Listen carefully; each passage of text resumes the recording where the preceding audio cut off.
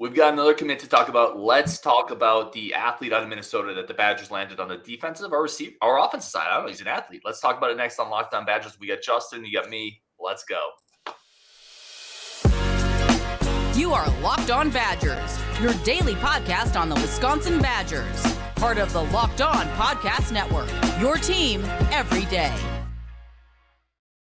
What is good, Badger fans? Welcome to Locked On Badgers. You got that guy, Justin, over there. I am Ryan. Thank you so much for tuning in.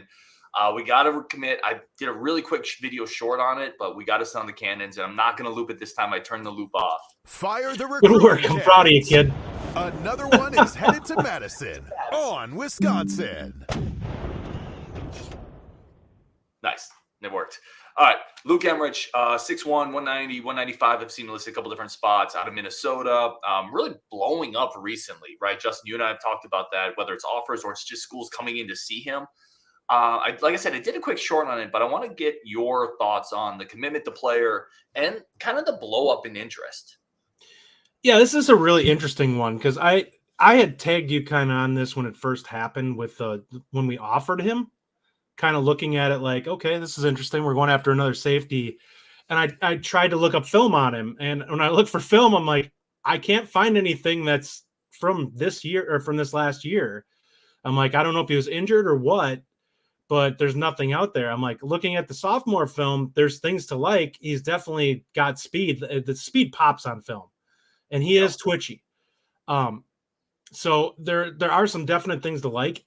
I wish I had more to look at with him because a lot of his film is on offense, and I don't think he's going to be an offensive player for us. So when I look at it, it's like, what am I trying to picture this guy as? And it kind of came out that he's not going to be a guy that he's not going to be a safety, which, okay. There's not so many positions that he's out there for. Potentially offensive. I don't know if I buy that, especially for a kid that's had an ACL injury too on the same knee at this point. I look at that and I'm like, I don't think you want that guy constantly cutting on that knee, trying to do double moves and stuff like that. You want to try to limit his cutting as much as possible. You'd rather have him flowing downhill. There was talk that he might be in the dollar position. I actually think that that's probably a really good fit for him. I think he's got the speed to play in space. He's kind of a tweener. If you think about it, if he puts on some weight, you could easily see him getting that 215, 220 range if he puts on weight. And I think he can do that with better speed and better movement ability in space than most of the guys that we have. Yeah, that's a really good synopsis, which Justin is always really good at. I kind of think, and this is a point I made in my short, is it feels a little like you just take a tool. Like I do baseball analogies a lot in the show because I love baseball. But it feels like you just take a toolsy high school pitcher that can throw hard. And then, listen, if he becomes a reliever, a setup man, a starter, like wherever he becomes, like you just need athletes. And athletic traits translate. Justin, I wanted to ask you, like, what's the best recruiting attribute of this staff? And I kind of feel like it's just getting toolsy guys with upside to some degree. I think it definitely is. I think their evaluation ability in terms of being able to identify physical traits is exceptional. I think they trust themselves inherently to be able to go out there and be able to coach these guys up based off of that and say, it's my job to, now that I've got him in here, turn him into a player. But I want the best physical tools I can have from a guy coming in to be able to work off of. And I think we've seen that at every position. Like there's very few guys that I've looked at where it's like, this is a high floor guy who maybe has some limited upside. It's always guys like, we've talked about this ad nauseum, and people will sit there and compare the recruiting between Christ and him. I'm like, it's not the same. Like I'm watching the film on these guys. It's not even close athletically between these guys. And what we're getting, the difference is you're getting, I feel like the ratings were probably more accurate on the Chris ones because of the fact that they were high floor guys, that a lot of it's like, all right, well, we know what this guy is. He's just not likely to go beyond that ranking. When I look at the ones for Fickell, some of them may be somewhat in line, but I look at it and you're like, based on this guy's potential, like if they do anything with him, this guy's going to be a freak by the time he gets done. And that's how it was with Brandon Ains. Like we looked at that film and I'm like, this guy's he's going to be an absolute stud. Like the instincts are there and the physical talent is there. Like he puts on 15 pounds of beef. He's going to be running all over the field, just blowing people up. Yeah. Like it's all physical projection with them. Mhm. Like you look at the guys they bring in, and it's all dudes who, if they live up to the ceiling, which a lot of them won't, that's recruiting. Mhm. But the guys that do, they're going to be NFL draft picks. Like they just have, even on the offensive line, you look at the physical traits of a Mandel, of a Haywood, Oh my like of a Corey. Like they're bringing in, and this is another one where, yes, he's had injury issues, but here's the thing with the injury issues. I tend to think if all these schools are starting to get around, they've seen workout film and they're pretty good with where the knee is at. And it's no guarantee, but these schools aren't wasting time on a guy if they're really worried about the knee, is my point. And when I say schools, like USC's gotten in on him, Washington, Ohio State's been in for a visit. Alabama reached out. These schools, Alabama doesn't need to reach out for a guy unless they think the knee's going to be good, is the bigger point. Yeah. They've clearly seen something. Like they're not going off his sophomore film.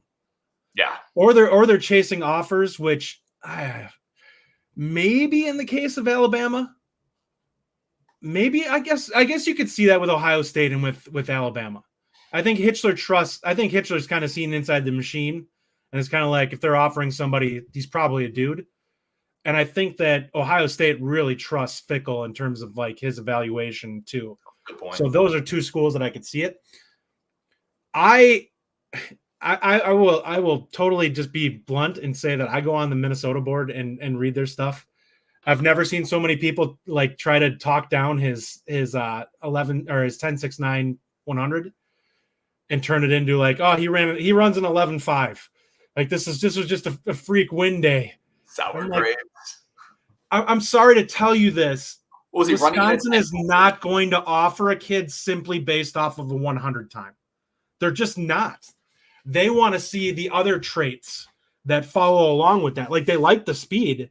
That may get them to dig deeper, which I think everyone should when that happens. You see an eye-popping number like that, and suddenly you have to take a second look at it and be like, okay, well, did I miss something here? And especially with a kid like this, where he didn't play junior year, a lot of teams probably weren't on him. Mm-hmm. So you're looking at it like, yeah, we completely missed this kid because there was nothing to be found on him last year, which a lot of teams start at the beginning of a kid's junior year, unless he's just an absolute freak show. John Berger says we need Justin on the defensive line. We've tried it. Apparently he has no eligibility left. Yeah. All right, we're going to take a quick break, come back and finish up this quick talk. And this is mostly just about Emrich, but I also want to ask Justin, whose stock has gone up the most from when spring football started to now. I did my show on that. And I'm curious if Justin aligns with one of my guys, but we do need to take a quick break for our friends of the show. Our first friend of the show is over at Gametime. Gametime is your spot for all your tickets, whatever you need to buy for an entertainment standpoint. If you want to buy some tickets to the gun show when Justin's over at the gym working out, listen, you could probably find that on Gametime. I don't know what kind of prices you're going to go there. Ladies, line up. Probably that front row seat is kind of spendy, Justin, but literally never had that happen. If those tickets are there, they're going to be on Gametime, because Gametime is your number one source for all your parts, all your tickets, the largest inventory of tickets at the best prices, pictures of the seats before you sit down. Download the Gametime app today. Use code LOCKEDON for $20 off. That's Gametime. Download the code today. Locked On for $20 off. Today's episode is also brought to you over by eBay Motors. eBay Motors is a place that I needed as a young car owner. When I told a story, I got my Jeep stuck and I sewed up my soft top with like fishing line and I gooped it with that black tar. It was terrible. And then I got home and my wife's like, what happened? Well, oh no, like so terrible. Anyway, I could have used eBay Motors. All the parts you need, over 100 million parts. I don't even know where you'd put all those. The right parts, the right fit, the right fit, the right prices. Whatever it is, keep your ride or die alive over at eBay Motors. eBay Guaranteed Fit is only available to U.S. customers. That's the right parts, the right fit, the right prices. Don't waste time going to stores. Just shop online. Take the shirt off, get comfortable, get you a carburetor over at eBay Motors. eBay Guaranteed Fit is only available to U.S. customers. All right, Justin. Any comments you saw? Yeah, I'm flagging this one right off the bat. Is it A-Hills? I think it's A-Hills, yeah. A-Hills plays.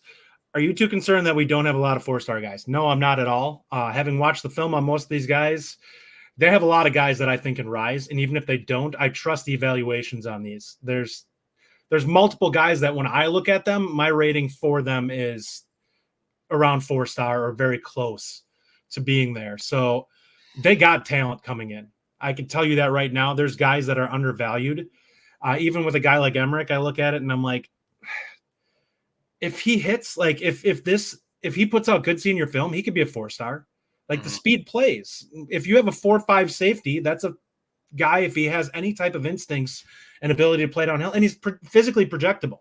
He's not an undersized safety. If he's a 4-5 guy at 6'1", you have probably close to a 4-star unless he just looks inept on the backside. And I don't think that's going to be the case. There are multiple other guys in this class that I've already projected that I think are going to be or should be. Ains is one of them. I just brought him up before. If I gave him an eval now, I'd probably have him like 91, 92. I think that the odds of him not being a playmaker at Wisconsin are pretty darn low. I think he's that talented. I think I'm a little more in the middle. I agree with you on Ains, by the way. Like physically, that dude's a heat-seeking scud missile out there. You're not as high in Jameer Scott as me, and I think that he's a 4-star. I think I think that he's right around that, but I think he's a 4-star. I'm not as high on Jameer Scott. He's fine. Like he's good. By the way, just showed out at a camp recently for Rivals, I believe. Okay. Yeah, here's the thing. I feel like if we had 4 stars, we would trumpet it. So I feel like it's fair to, if we don't have 4 stars, to say okay. And that's fair. I don't want us to ever come across as one of those guys that are just like every recruit is a diamond in the rough. And I don't think you're that. I do think there's some spots where, listen, receiver, defensive line, you still need elite talent there, and we haven't fully hit those yet this cycle. Yeah. So I think there's spots, running back as well.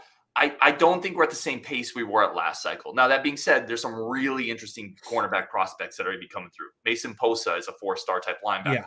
Yeah. I'm going to be doing an eval on him shortly, and he's going to be a 90+. I can tell you that right now. He doesn't play anybody. It's a competition thing, but he is. Yeah, but you can see the physically projectable tools. Yeah. Unless he's a guy that just falters when he actually gets challenged by somebody of similar athleticism, he's not going to be a failure. So I would say I'm a little more concerned than Justin. I'm not hugely concerned yet, but I do think it's off the pace of last year. Justin, I want to throw this one up here. Badger and Bournemouth, he said, how long have you had this show now, Ryan? Because Justin, you and I started together on this. When did we start? 2 years ago. Was it 2? I think it's a little over that now. It's like February or something like that of 22, I think. I feel like that's right. So what people don't know is that we recorded our first shows. I was in Guantanamo Bay. I was actually in Gitmo. At a place called the Man Camp, which is actually the name of it, recording our first show. Ryan was telling me stories of giant rats that were running around. So our first shows of the not the Bucky Report or the Buck Round of Locked On. I was in Gitmo for it. Really quick, I wanted to ask you, because I did a show on this. Who is the number one riser for you from when spring? So obviously we love Tretch, but you already had super high expectations for Tretch. Who has raised their stock the most for you? If I had to say right off the bat here, I'm probably going to go with, well, at least what I'm hearing from camp is probably Peterson. Now I have to see it with him because I was harsh on him last year. I will flat out admit it. I was very harsh on some of his effort in terms of last season. And if these guys have him playing harder, I'm all for it. I would love to see him kind of show some of the promise that made us so high on him coming out of, he had a Bama offer. Like coming out of high school, he was a guy that we thought was going to be an absolute stud. I think John Berger here saying, hi, Berger. I don't know about next Bosa, but I think both guys are hits. Him and Anelu, the fact that they're flashing as true freshmen in a spring ball, that is not common. The last player I heard do that was Nick Herbig. And I think that those guys probably would be playing if we had the depth chart that we had when Herbig came in. I think these two guys would be playing. Yeah, I went with a couple of guys I went with, so I totally were with you on Peterson. I think I listed him. I went with Lofi's another guy, a guy that I feel like we kind of written. I thought Lofi was probably a transfer guy, and now he's pushing into the 2 deep and playing. So sounds like he's number 1 in the slot. Mm-hmm. They've moved Brown out of the slot because of it. By the way, can we point out like how cool it is for the guys that stick around, who have been buried, who see a bunch of transfers come in and then bust their ass, don't transfer, don't try to which is fine if you do, but Lofi is the guy that we should celebrate the Lofis, right? The guys who stick around and say, I'm going to bust my ass, I'm going to climb up this depth chart, and I'm going to make you play me. I think that's pretty cool. So I think I'm cheering for that, dude. Justin, I told you before the show, I got the text, my wife is hungry and the boys are hungry. Anything else that you wanted to just throw out there? Anything else rattling around in your immense brain? I think we'll dive into this. You and I, we'll get together soon for another show. And I think we talked about doing a couple of them coming up here. But I want to do kind of a post spring discussion on what we think, how we feel about the roster, and everything like that. That we'll dive into. Big player here. I know we talked about how we're a little behind some guys that are coming in for official visits. One of my favorite, Gordy Solfstead, going to be coming in. Ryan and I both high on him. I love his film. I want to see Peter Zach come in too. I want to bookend with those two because it's like having twins that you send out there that have very similar athletic profiles. Both guys with length and some burst, but I haven't heard anything on him yet. Although we are in his top 4, but it's a pretty robust top 4 for Peter Zach. For those who may not always connect names with positions, so Solfstead, they're both defensive ends. 6'5", a really good motor. They're almost identical. 6'5", 250 guys. Really, really good player. I like Solfstead a lot. Watching the film.